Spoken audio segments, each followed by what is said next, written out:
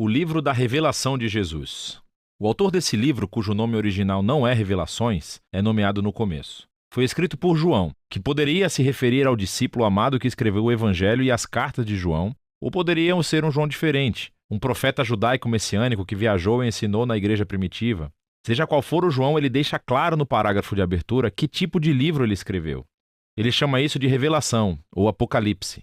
A palavra grega é apocalipsis, e se refere a um tipo de literatura muito conhecida dos leitores de João, proveniente de escrituras hebraicas e de outros textos judaicos populares. Apocalipse relata os sonhos e visões simbólicas de um profeta que revelam a perspectiva celestial de Deus sobre a história e os eventos atuais, de modo que o presente pudesse ser visto à luz do resultado final da história. E João diz que esse Apocalipse é uma profecia, o que significa que é uma palavra de Deus falada através de um profeta ao povo de Deus, geralmente para avisá-los ou confortá-los em tempos de crise. Ao chamar esse livro de profecia, João diz que é a tradição dos profetas bíblicos e leva sua mensagem ao clímax. E essa profecia apocalíptica foi enviada para pessoas reais que João conhecia. O livro começa e termina como uma carta circular que foi enviada para 7 igrejas na antiga província romana da Ásia. Agora, 7 é um número significativo para João. É um símbolo de plenitude baseado no ciclo de 7 dias sabáticos no Antigo Testamento. E João envolveu o número 7 em cada parte desse livro. Agora, com essa abertura, João nos deu uma orientação clara sobre como ele quer que entendamos esse livro. Apocalipses judaicos eram comunicados através de imagens e números simbólicos. Não é um código secreto que prevê o fim do mundo. Em vez disso, João usa constantemente esses símbolos que são extraídos do Antigo Testamento e espera que seus leitores saibam o que os símbolos significam ao procurar os textos que ele está aludindo. Além disso, o fato de ser uma carta significa que João está realmente abordando as situações dessas igrejas no primeiro século. E assim, embora esse livro tenha muito a dizer aos cristãos das gerações posteriores, o significado do livro deve primeiro ser ancorado no contexto histórico do tempo local e público de João, o que nos leva à primeira seção do livro, a mensagem de Jesus às 7 igrejas. João estava exilado na ilha de Patmos e ele teve uma visão do Jesus ressuscitado sendo exaltado como Rei do mundo. E ele estava em pé, entre 7 luzes acesas. E João disse que isso é um símbolo das 7 igrejas na Ásia Menor que foram adaptadas do livro do profeta Zacarias. E Jesus começa a abordar os problemas específicos que cada igreja enfrenta. Algumas estavam apáticas devido à riqueza e à afluência. Outras estavam se comprometendo. Seu povo ainda estava comendo refeições de rituais a outros deuses e dormindo em templos pagãos. Mas outros entre as igrejas permaneceram fiéis a Jesus e estavam sofrendo perseguição e até violência. E Jesus avisa que as coisas vão piorar. Há uma tribulação sobre as igrejas que as forçará a escolher entre o comprometimento ou a fidelidade. Na época de João, o assassinato de cristãos pelo imperador romano Nero tinha passado e a perseguição aos cristãos pelo imperador Domiciano provavelmente estavam em andamento. E assim, a tentação era negar a Jesus, seja para evitar a perseguição ou simplesmente para se juntar ao espírito da era romana. E Jesus os chama de volta à fidelidade para que eles possam superar, ou literalmente, conquistar. E Jesus promete uma recompensa para todos os que conquistarem. Cada recompensa é tirada diretamente da visão final do livro sobre o casamento do céu e a terra. E assim, essa sessão de abertura estabelece a tensão da trama principal que conduzirá ao enredo nesse livro. Será que o povo de Jesus aguentará? Será que eles herdarão o novo mundo que Deus lhes reservou? E por que a fidelidade a Jesus é descrita como conquistadora? O resto do livro é a resposta de João. Depois disso, João tem uma visão da sala celestial do trono de Deus e a descreve com imagens tiradas de muitos profetas do Antigo Testamento. Deus possui criaturas e anciãos ao seu redor que representam toda a criação e as nações humanas. E eles estão dando honra e fidelidade ao único Criador verdadeiro de Deus, que é Santo, Santo, Santo. Na mão de Deus está um pergaminho fechado com 7 selos de cera. Simboliza a mensagem dos profetas do Antigo Testamento e o pergaminho selado das visões de Daniel. Estes são todos sobre como o reino de Deus existirá aqui na terra completamente como no céu. Mas acontece que ninguém é capaz de abrir o pergaminho, até que João ouve sobre alguém que pode. É o leão da tribo de Judá e da raiz de Davi. Ele pode abri-lo. Estas são descrições clássicas do Antigo Testamento do rei messiânico, que traria o reino de Deus através da conquista militar. Agora, isso é o que João ouve. Mas o que ele vê não é um rei leão agressivo, mas sim um cordeiro sacrificado e sangrento que está vivo, parado ali, pronto para abrir o pergaminho. Agora, esse símbolo de Jesus como cordeiro morto Isso é crucialmente importante para a compreensão do livro. João está dizendo que a promessa do Antigo Testamento do futuro reino vitorioso de Deus foi inaugurada através do Messias crucificado. Jesus venceu os seus inimigos, morrendo por eles, como o verdadeiro Cordeiro da Páscoa, para que pudessem se redimir. Por causa da ressurreição, a morte de Jesus na cruz não foi uma derrota, mas sim a sua entronização. Foi a maneira como ele conquistou o mal. E assim, essa visão conclui com o Cordeiro ao lado do que está sentado no trono. E juntos eles são adorados como o único e verdadeiro Criador e Redentor. E o Cordeiro morto começa a abrir o pergaminho. É um símbolo da sua autoridade divina para guiar a história até a sua conclusão. O que nos leva à próxima seção do livro, os 3 ciclos dos 7. 7 selos, 7 trombetas e 7 taças. E cada ciclo relata o reino e a justiça de Deus vindo aqui na terra como no céu. Agora, algumas pessoas pensam que os 3 conjuntos de 7 juízos divinos representam uma sequência literal e linear de eventos que aconteceram no passado ou poderiam estar acontecendo agora, ou ainda acontecerão no futuro quando Jesus voltar. Mas observe como João uniu todos os 7. As últimas 7 taças saem da 7ª trombeta e do 7º selo. E as 7 trombetas emergem do 7º selo, como as bonecas matrioscas, cada 7ª continha as próximas 7. Observe também como cada uma das séries de 7 culmina no juízo final e elas têm conclusões correspondentes. Portanto, é mais provável que João esteja usando cada conjunto de 7 para descrever o mesmo período de tempo entre a ressurreição de Jesus e o futuro retorno, de 3 perspectivas diferentes. Então o Cordeiro morto começa a abrir os primeiros 4 selos do pergaminho. E João vê 4 cavaleiros. É uma imagem do livro de Zacarias, capítulo 1. E eles simbolizam os tempos de guerra, conquista, fome e morte. Em outras palavras, um dia tragicamente normal na história humana. Então, o 5º selo descreve os mártires cristãos assassinados diante do trono celestial de Deus, e o grito de seu sangue inocente sobe diante de Deus como fumaça do altar do incenso. E eles são instruídos a descansar, porque mais cristãos ainda estão para morrer. Não nos disseram o porquê, mas nos dizem que não durará para sempre. O 6º selo é a resposta final de Deus ao seu grito. Ele traz o grande dia do Senhor, que foi descrito em Isaías e em Joel. E as pessoas da terra gritam: quem é capaz de suportar? Então, de repente, João faz um intervalo para responder essa pergunta.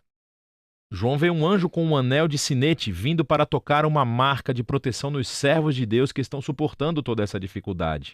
E ele ouve o número daqueles que são selados, 144.000. É um censo militar como o do livro de Números, capítulo 1. Existem 12.000 de cada uma das 12 tribos de Israel. Agora, preste atenção.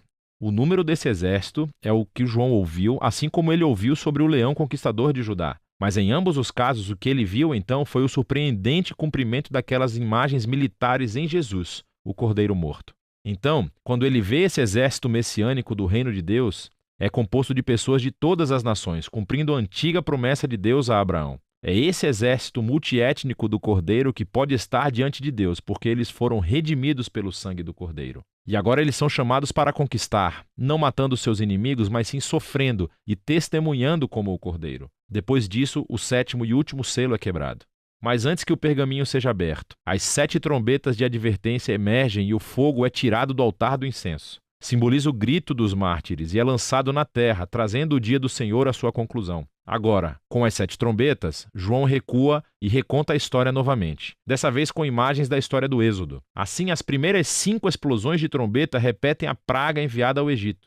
Então a 6ª trombeta solta os 4 cavaleiros que vieram dos primeiros 4 selos. Mas então, João nos diz que, apesar de todas essas pragas, as nações não se arrependeram, assim como o faraó não fez na história do Êxodo. Assim, parece que o julgamento de Deus não fará com que as pessoas se arrependam antecipadamente. Então João pausa a ação novamente com outro intervalo. Um anjo traz o pergaminho não selado, que foi aberto pelo Cordeiro. E assim como Ezequiel, João é instruído a comer o pergaminho e depois proclamar a sua mensagem às nações. Finalmente, o pergaminho do Cordeiro está aberto e agora vamos descobrir como o reino de Deus virá aqui na terra. O conteúdo do pergaminho é escrito em 2 visões simbólicas. Primeiro, João vê o templo de Deus e os mártires junto ao altar, e é instruído a medir e separá-los. É uma imagem da proteção tirada de Zacarias, capítulo 2. Mas então, as cortes externas da cidade são excluídas e são pisoteadas pelas nações. Agora, alguns pensam que isso se refere literalmente a uma destruição de Jerusalém, que aconteceu no passado ou que acontecerá no futuro. Mas é mais provável que João esteja seguindo a tradição de Jesus e dos apóstolos, que usaram o novo templo como um símbolo para o novo povo da aliança de Deus. Nesse caso, esta é uma imagem como os seguidores de Jesus podem sofrer perseguição pelas nações, mas essa derrota externa não pode tirar sua vitória através do Cordeiro. Essa ideia é expandida na segunda visão do pergaminho. Deus nomeia 2 testemunhas como representantes proféticos para as nações. Mais uma vez, algumas pessoas pensam que isso se refere literalmente a 2 profetas que aparecerão um dia no futuro, mas João os chama de castiçais, que é um de seus símbolos claros para as igrejas. Portanto, essa visão é mais provável sob o papel profético dos seguidores de Jesus que devem assumir o manto de Moisés e Elias e chamar nações e governantes idólatras para retornarem ao único e verdadeiro Deus. Mas de repente uma fera horrível aparece. Lembre-se de Daniel capítulo 7. E a fera conquista as testemunhas e as mata. Mas então, Deus as traz de volta à vida e vindica as testemunhas diante de seus perseguidores. E o resultado final é que muitos entre as nações finalmente se arrependem e dão glória ao Deus Criador no dia do Senhor. Agora, pare. Pense nas histórias até agora. As advertências de Deus através dos selos e através das trombetas não geraram arrependimento entre as nações, assim como as pragas do Êxodo apenas endureceram o coração do faraó.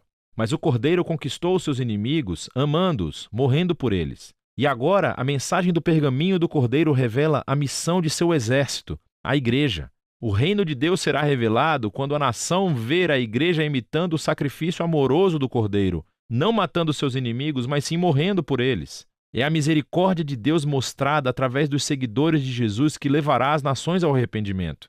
E essa afirmação surpreendente é a mensagem do pergaminho aberto que João colocou no centro exato de todo o livro. Depois disso, a última trombeta soa e as nações são abaladas quando o reino de Deus vem aqui na terra, como no céu. Então, agora sabemos como a igreja dará testemunho das nações e herdará a nova criação. Mas quem foi aquele animal terrível que travou guerra contra o povo de Deus e como se desenrolará toda a história? João nos dirá isso na segunda metade do livro de Apocalipse. No primeiro vídeo, exploramos como João compôs essa profecia apocalíptica como uma carta circular enviada a 7 igrejas na Ásia Menor, para desafiar e confortar esses cristãos que sofriam de apatia e perseguição sob o Império Romano.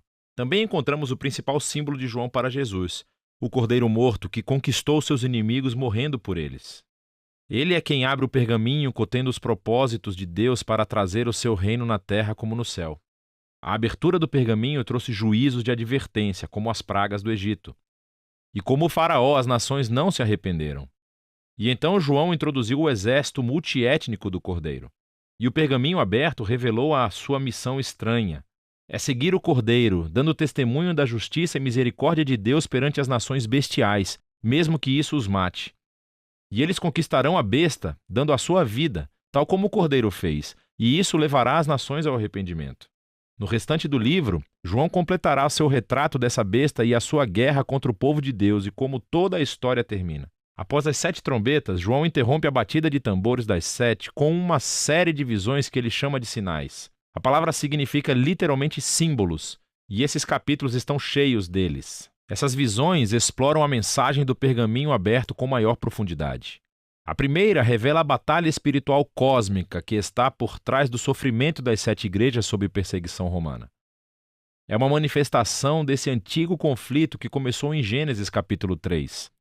A serpente, que representa a fonte de todo o mal, é descrita aqui como um dragão. Ataca uma mulher e a sua semente. Eles representam o Messias e o seu povo. Então, o Messias derrota o dragão através de sua morte e ressurreição e é lançado à terra. Lá o dragão inspira o ódio e a perseguição do povo do Messias. Mas eles vão conquistar o dragão resistindo à sua influência, mesmo que isso os mate. João está tentando mostrar às igrejas que nem Roma, nem nenhuma outra nação ou humano é o verdadeiro inimigo. Há poderes espirituais obscuros em ação, e os seguidores de Jesus anunciarão a vitória de Jesus permanecendo fiéis e amando seus inimigos como o Cordeiro morto. A próxima visão de João reconta a história do mesmo conflito, mas dessa vez no simbolismo terreno das visões animais de Daniel. João vê 2 animais empoderados pelo dragão. Um deles representa o poder militar nacional que conquista através da violência. A outra besta simboliza a máquina de propaganda econômica que exalta esse poder como divino. E essas bestas demandam fidelidade total das nações, e isso é simbolizado por levar a marca da besta e o seu número, 666, na testa ou na mão. Agora, esta é uma imagem infame e você não descobrirá seu significado lendo manchetes de notícias. João está fazendo uma clara referência hebraica ao Antigo Testamento aqui. Primeiro de tudo, essa marca é o anti-Shema. A escrita na testa e na mão é uma referência clara ao Shema, uma antiga oração judaica de fidelidade a Deus encontrada no livro de Deuteronômio. Essa oração também foi escrita na testa e na mão como um símbolo de dedicar todos os seus pensamentos e ações ao único Deus verdadeiro. Mas agora, as nações rebeldes exigem a sua própria fidelidade e forçam todos a decidir quem eles seguirão. Depois, há o número da besta que fascina os leitores há milhares de anos.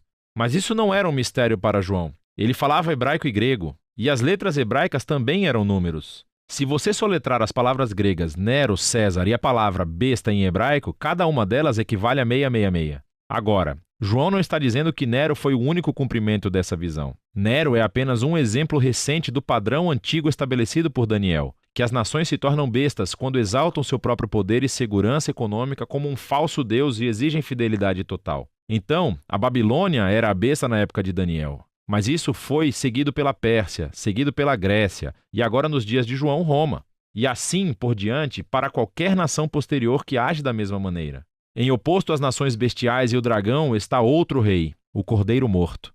Ele está com seu exército, que deu sua vida para segui-lo. E da Nova Jerusalém, seu cântico de vitória vai para as nações, naquilo que João chama de Evangelho Eterno. Eles chamam todos a se arrependerem e adorarem a Deus e saírem da Babilônia que cairá. Os seus dias estão contados. Então, João tem uma visão do juízo final. É simbolizado por duas colheitas. Uma é boa colheita de grãos, com o Rei Jesus vindo para reunir o seu povo fiel para si mesmo. A outra é uma colheita de uvas para vinho. Representa a intoxicação da humanidade com o mal. Elas são levadas para a espremedeira e esmagadas. Agora, ao longo de todas essas visões de sinais, João faz uma dura escolha diante das 7 igrejas. Elas resistirão à atração da Babilônia e seguirão o Cordeiro? Ou seguirão a besta e sofrerão sua derrota? Agora que a escolha é clara, João repete um ciclo final de 7 juízos divinos, simbolizado como o derramamento de 7 taças. Sabemos pelo pergaminho do Cordeiro e das visões de sinais que muitos entre as nações se arrependem. Mas, como as pragas do Êxodo são repetidas e derramadas pelas taças, há muitas pessoas que não se arrependem. Elas resistem e amaldiçoam a Deus como fez Faraó. E assim, tudo leva à 6ª taça, com o dragão e a besta. Eles reúnem as nações para fazer guerra contra o povo de Deus em um lugar chamado Armagedon. Isso se refere a uma planície no norte de Israel, onde muitas batalhas foram travadas por Israel contra nações invasoras. E algumas pessoas pensam que essa 6ª taça se refere a uma futura batalha. Outras pessoas acham que é uma metáfora do juízo final de Deus sobre o mal. De qualquer maneira, João claramente usou as ideias do livro de Ezequiel sobre a batalha de Deus com Gog. Gog era o símbolo de Ezequiel das nações rebeldes reunidas diante de Deus para enfrentar seu juízo. E é isso que vem na 7ª taça. É a 4ª e a última representação do dia do Senhor, quando o mal é derrotado entre as nações de uma vez por todas. Agora, João desembrulhou completamente a mensagem do pergaminho não selado do Cordeiro. E agora ele volta para expandir 3 temas-chave que foram apresentados anteriormente. A queda da Babilônia, a batalha final para derrotar o mal e a chegada da Nova Jerusalém. E cada um deles explora a vinda final do reino de Deus de um ângulo diferente. Então, primeiro, a queda da Babilônia. Um anjo mostra a João uma mulher deslumbrante que está vestida como uma rainha, mas ela está bêbada com o sangue dos mártires e de todas as pessoas inocentes. Ela está montando a besta dragão que estava nas visões e nos sinais. É um símbolo das nações rebeldes. Ela é chamada de Babilônia, a prostituta.